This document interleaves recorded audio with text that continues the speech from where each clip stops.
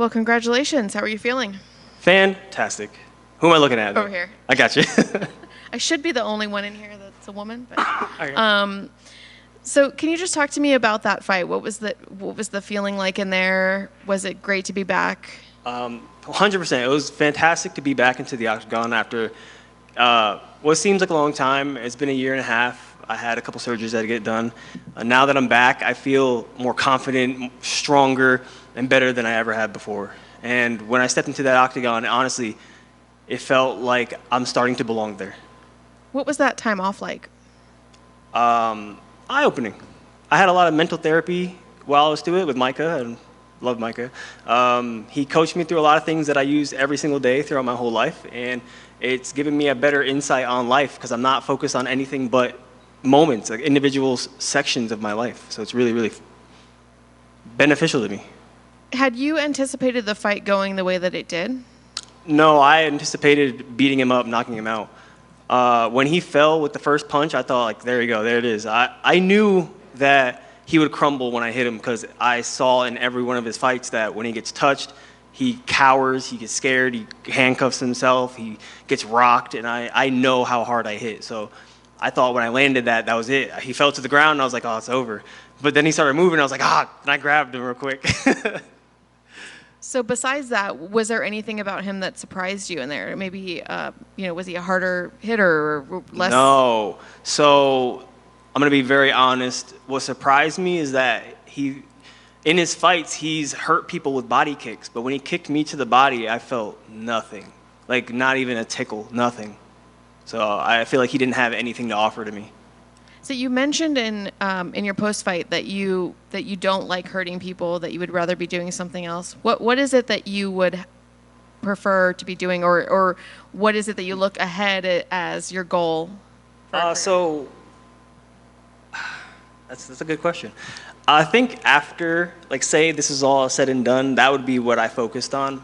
I think the gaming industry, and I know this is weird, but the gaming industry has more money than movies and music combined, and that's insane. So I love to game because it allows me to engage with my fans and be like, we're playing something personal and fun and engaging together, and I love talking to people. So I would probably like to start my own podcast, do a little gaming kick partner, and then teach. I like teaching.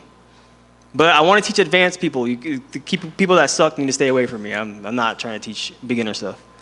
So before you got back here, we all guessed what your answer would be, and 2 of us got it right. Oh. Who follows me as a gamer then? Well, Jake picked gamer. I said teacher, so you said both. Okay. So looking forward, how active do you want to be? When would you like to get back in there, and do you have an opponent in mind? I don't have an opponent in mind. It's kind of they give and I take. It's pretty much whatever name pops up in the menu here. I would like to fight 2 more times at least, summer and winter. That's it, really. I don't care who it is. Days go by, someone's name will pop up, and I'll just fight them. Do you have a location in mind? A lot of fighters are eager to fight outside of Vegas, outside of the Apex. Does that? As long as I'm not paying double taxes, I'm chilling. Awesome, thank you. Congrats on the big win. I don't know if you guys got to talk about it backstage or saw the graphic, but you are now tied with Renato Moicano with the 4-fight win streaks. Oh, snap. Moicano! That's amazing. That's awesome. That's an amazing, absolutely right. That's a fantastic way to come back. And that's just what they said, October 2022, to return and really put people on notice, tie him with that 4-fight win streak, and also get a finish. I mean, how much better could you have returned? You can't. I mean, unless that cross knocked him out and it was like a walk-off knockout. That would have been the only way this gets better. I know that Philly Fresh was calling, he tweeted that you're about to, just finish him. Not in those exact words, but I know you're itching to get it back in there. You're excited. You might even have the butterflies again. And when you dropped him in the first, how hard was it to stay composed and not go crazy with the finish? So I'm not an amateur, and when I drop somebody, I'm all about composure. I need to know how and where to pick my shots and how to finish you. And if you rock somebody and you start flurrying, if they were not as rocked as you thought, you're gonna get knocked out. You're gonna get countered and knocked out. So when I dropped him to the floor, I did notice he wasn't knocked out when I started to approach him. So instead of me trying to like swing like crazy, I just gathered myself and gained a dominant position. Absolutely. Let me circle back to what you mentioned earlier, Amy, this mental aspect, because this is crucial, this is key, but it's not something we hear as much as we would like to hear from fighters. How were you able to develop that, integrate that into your game, and make it maybe a priority to get your mind right before you step into this cage? Oh my God, without your mind being right, going into the cage means nothing, to be honest. And we're all UFC fighters. We all have access to Micah, and Micah has been my mental therapist for years to come now. He has changed my game 100%. He's the one that made me get confidence in myself, and now I'm ready to, start this climb. That's awesome, man. Thank you for sharing that. Now, I mean, putting it all together is an understatement, because now you did those surgeries and you healed up. I mean, your body needed it clearly, but how good was that for you to be like, okay, maybe this is part of the plan to where I need to step away for a little bit, because there's a couple things I need to get lined up properly before. Yeah, I am a firm believer in the universe working as it should, when it should. And I know that some people's careers skyrocket into oblivion, and some, are really slow, like mine. Mine's really slow, but I'm on a good path. I'm still young, I feel great, and I have a lot of time to solidify myself as one of the greats. For sure, my man, and good luck on that goal. I hope you achieve it. Speaking of one of the greatest, Max Holloway has a big following on the gamer side. I know y'all about to. No, we talk all the time. How awesome is that, right? You have a colleague right there, same weight class right now, because he's going at 55 at 300. That you have someone right there to kind of be like, all right, let me get this little lane going. Let me piggyback off of that success, do my thing. Did you see the video we made with Mark Zuckerberg? Me, Max Holloway, and Mark Zuckerberg? It's crazy. Yeah, it's insane. So Max streams on Kick. I just moved over to Kick. I jump into stream all the time. He recognizes me and acknowledges me as a great fighter, and hopefully we can get in some games and grow together on Kick. Man, with somebody like that, Phil, the sky's the limit. It truly is. Yes, sir. Congrats on the win, on the finish, and welcome back. Thank you so much. Mike, right here.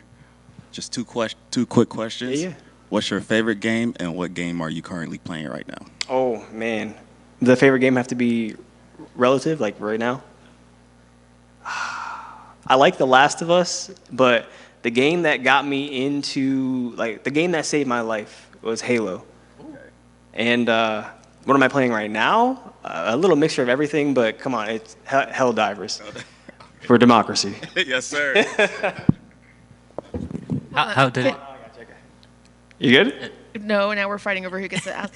I'm curious, how you said that game saved your life. Can you elaborate what you mean by that? Yeah. So when I grew up as a kid, I'm from upstate New York, and as you can probably guess, there's not a lot of black people. So I got picked on a lot, and I was also really small, like a tiny child.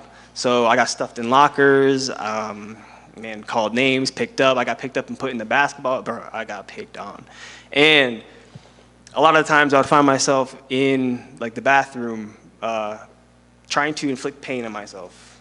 I would take a rubber band with toothpicks and shoot them into my leg. That could cause me pain. I didn't have friends. I really didn't. And what saved my life was after school I would go home, I would turn on the Xbox that I was gifted from my mom. It was amazing. She worked hard to get it.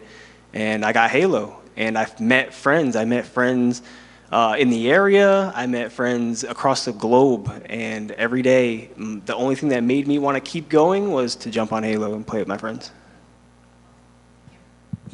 Have you shared that story before? I think one time. How do you feel looking back now, like accomplishing what you are in MMA? How do I feel? Yeah. Better than them. Probably. It's crazy because I still talk to, I think, almost all of them. There's like one or two that kind of fell off, but they reach out. I'll guarantee you, I look at my phone, there'll be a message from them, and It's amazing because we're all grown-ups now. We're all literally double the age we were before, and yeah, life is crazy. The people that were calling you names and whatever. No, those. Oh, and those people too. I got messages from them all the time. I had apology messages and everything, but I'm talking about the people that I Oh, saved my your life. friends on the game. Yeah. What do the people say when they're reaching out, even if they were mean to you back in the day? Oh, there's all the apologies. Hey, Mike, sorry for picking on you back in the day. You knew I was only trying to help you grow into a better man, and bro, it's been They're dumb. just after free It's tickets. dumb stuff. They want free tickets. I don't care. Yeah. Congrats. Thank you. Cool. Thank you, guys.